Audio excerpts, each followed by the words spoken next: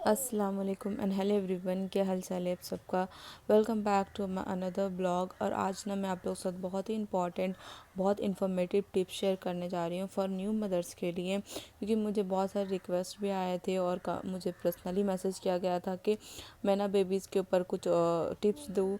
जो मेरा खुद का लाइफ एक्सपीरियंस है, मैं चाहती हूँ मैं आप लोगों के साथ भी शेयर करूँ, क्योंकि मैंने पर्सनली वो देखा है कि बहुत ऐसे मदर्स हैं जिन्हें कुछ नॉलेज नहीं है बेबीज़ के केयरिंग के ऊपर और उसके मतलब कैसे उसको रखना चाहिए, कैसे करना चाहिए। क्योंकि पहले का जो लाइफस्टाइल था ना वो बहुत ज़्यादा डिफरेंट था और अभी का लाइफस्टाइल बहुत डिफरेंस हो गया है।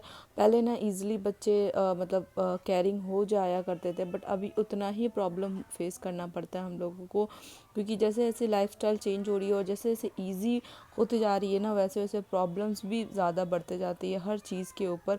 तो जो जो मैंने फेस किया है ना, मैं चाहती हूँ मैं आप लोगों के साथ भी शेयर कर दूँ, ताकि कोई भी मदर जो न्यू मदर्स है ना वो लोग ऐसी गलतियाँ ना करें। जो गलतियाँ मैंने किया है मैं नहीं चाहती हूँ आप लोग भी करें, और जिसकी वजह से मेरे बच्चे को बहुत ज़्यादा प्रॉब्लम का सामना करना पड़ा।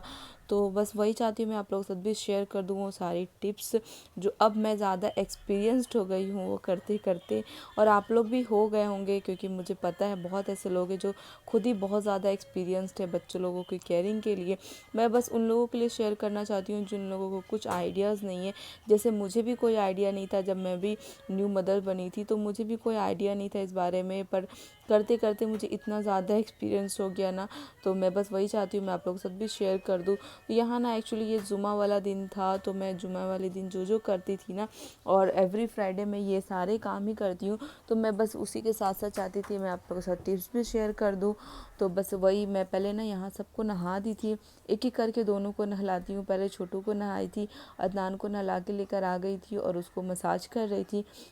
यहाँ पे आपको नहाना बहुत इम्पॉर्टेंट है बेबीज़ को, क्योंकि उससे ना उसको थोड़ा फ्रेशनेस फील होता है, और उसके हेड पे जो डर्ट्स आके बैठ जाते हैं ना, डैंड्रफ वगैरह, तो वो भी नहीं रहेंगे। उससे आपको कोई ऑइंटमेंट लगाने की ज़रूरत नहीं है। अगर आप उसको रेगुलर बेस पे बाथिंग करवाएंगे ना, तो ये सारा चीज़ निकल जाएगा।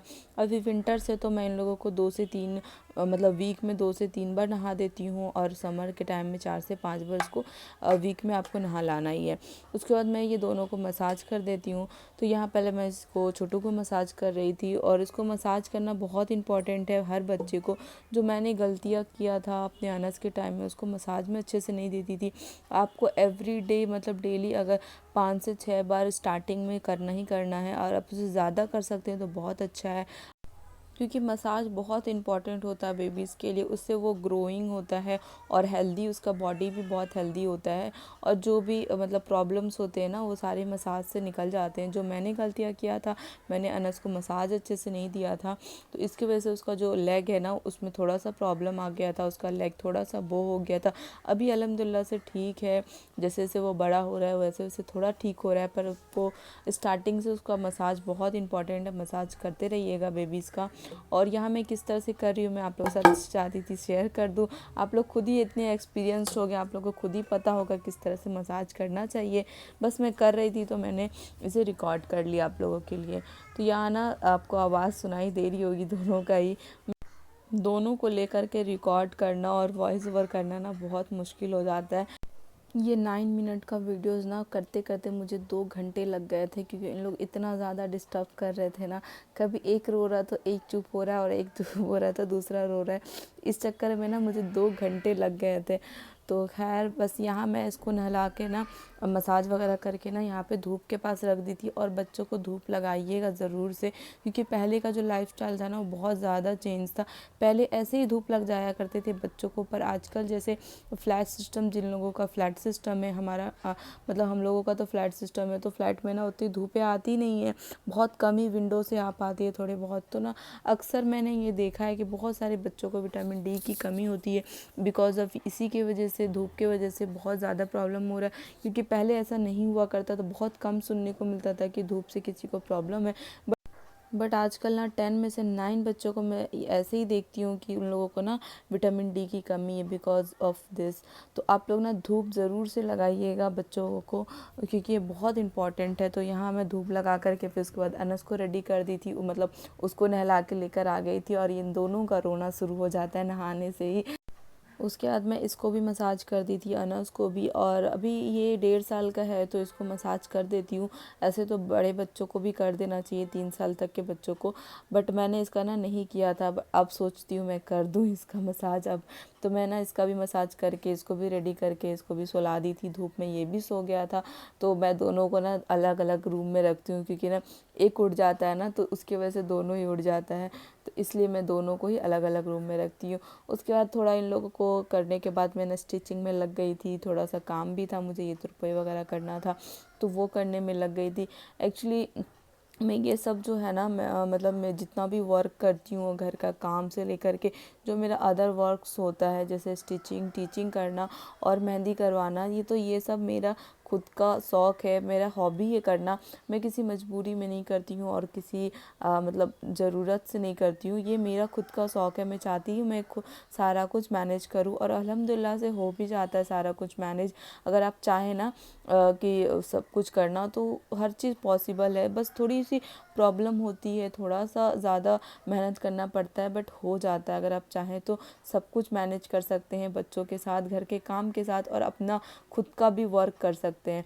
ये मैं किसी मजबूरी में नहीं करती हूँ, मेरा खुद का शौक़ है, और मैं चाहती हूँ मैं खुद से इंडिपेंडेंट बनूँ, और मैं खुद के लिए करना चाहती हूँ। मैं किसी और के लिए नहीं करती, और घर के लिए तो नहीं करती हूँ, मैं खुद के लिए ये करती हूँ, क्योंकि मुझे खुद पे इंडिपेंडेंट बनना है। कुछ लोग ऐसा बोलते हैं ना, क्या ज़रूरत है ये इतना सारा कुछ करने का, बच्चे हैं तो उसे हैंडल करो। पर मैं चाहती हूँ मैं सारा कुछ करके ही बच्चे को हैंडल करूँ, क्योंकि जब हो जाता है तो फिर प्रॉब्लम किस चीज़ का है। नहीं हो पाता तो फिर मैं नहीं करती ना, बट हो जाता है अल्हम्दुलिल्लाह से, सारा कुछ मैनेज हो जाता है। और अगर चाहूँ तो हो ही सकता है, कुछ भी इम्पॉसिबल नहीं है। तो मैं ना सारा घर के काम के साथ साथ सब कुछ करती हूँ, और मेरी बहन भी हेल्प करने के लिए थोड़ी बहुत, तो फिर मैं ना कुछ भी छोड़ती नहीं हूँ, क्योंकि ये मेरा खुद का हॉबी है। मैं चाहती हूँ मैं सारा कुछ करूँ, स्टिचिंग भी मैं कराती हूँ, और मेहंदी भी मैं कराती हूँ, और बच्चों को भी पढ़ाना होता है, और खुद के बच्चे को भी संभालना होता है। तो ये मेरा खुद का हॉबी है, तो इसलिए मैं खुद करती हूँ ये सारे काम। तो उसके बाद फिर ना मैं इसको टमी टाइम दे रही थी। ये 3 मंथ से आपने स्टार्ट कर देना अपने बच्चों को टमी टाइम देना। मैंने ये सेम टू सेम मैंने अनस के टाइम में फिर से ये गलती किया था, क्योंकि मुझे उस टाइम ना बिल्कुल इस सब चीज़ों के नॉलेज नहीं थी कि हाँ टमी टाइम कराना चाहिए। पहले भी ऐसा शायद नहीं हुआ करता था, बच्चे लोग ऐसे ही पल जाया करते थे, बट कोई नहीं बोलता था कि हाँ ये कराना चाहिए, वो कराना चाहिए। तो इसलिए ना मैं भी छोड़ दी थी कि ये खुद ही डेवलप्ड हो जाएगा, इसका सारी चीज़ें अपने आप ही डेवलप हो जाएगी, बट ऐसा नहीं है, आपको भी इसके साथ साथ मेहनत करनी पड़ती है। और इसको टमी टाइम ज़रूर से दिया करेगा, इसको पेट के तरफ लेटा करके इसको टमी टाइम स्टार्टिंग में आपने 5 to 6 मिनट्स देना ही है, उसके साथ साथ आपने बढ़ाते रहिएगा। और यहाँ मैं आपको विटामिन D3 दिखा रही हूँ, जो बहुत इंपॉर्टेंट है, बहुत ज़्यादा।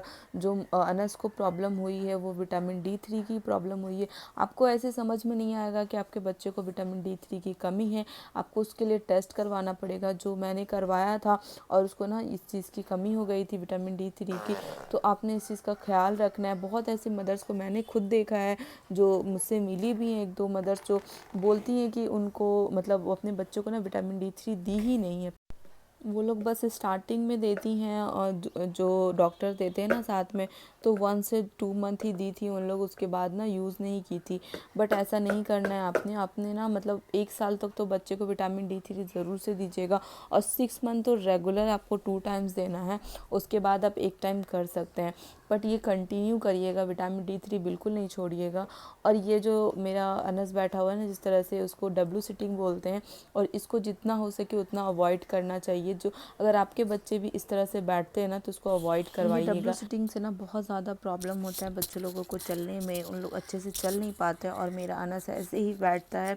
और ये आप लोग को ना शुरू से ही इसको ठीक करना है, जब वो बैठना स्टार्ट करे ना तभी इसको करेक्शन करना है। और इसका ना वेट ध्यान देते रहिएगा अपने बच्चों को का, कि उसका टाइम टू टाइम वेट बढ़ रहा है या नहीं बढ़ रहा है। क्योंकि कुछ लोग हैं ना, बस बच्चे को कुछ नहीं हो रहा है, सर्दी खांसी या कोई तरह की इन्फेक्शन नहीं है, तो बेबीज़ ठीक है, ऐसा नहीं होता है। बेबीज़ को टाइम टू टाइम आपको चेक करना है कि उसका वेट सही से बढ़ रहा है या नहीं। वेट सही चेक करने का तरीका ये है कि डिलीवरी के टाइम आपने देखना है कि आपका बेबी कितना वेट का है। अगर सपोज़ 3 kg का डिलीवरी के टाइम हुआ है तो 6 मंथ में उससे डबल होना चाहिए और 1 ईयर में फिर उससे डबल होना चाहिए।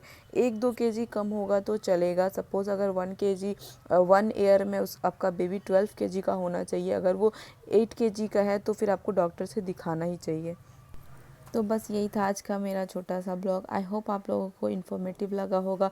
अगर अच्छा लगा हो तो प्लीज़ से मेरे चैनल को सब्सक्राइब कर लीजिएगा और लाइक कर दीजिएगा। तो फिर मिलते हैं नेक्स्ट ब्लॉग में। अल्लाह हाफिज़, टेक केयर।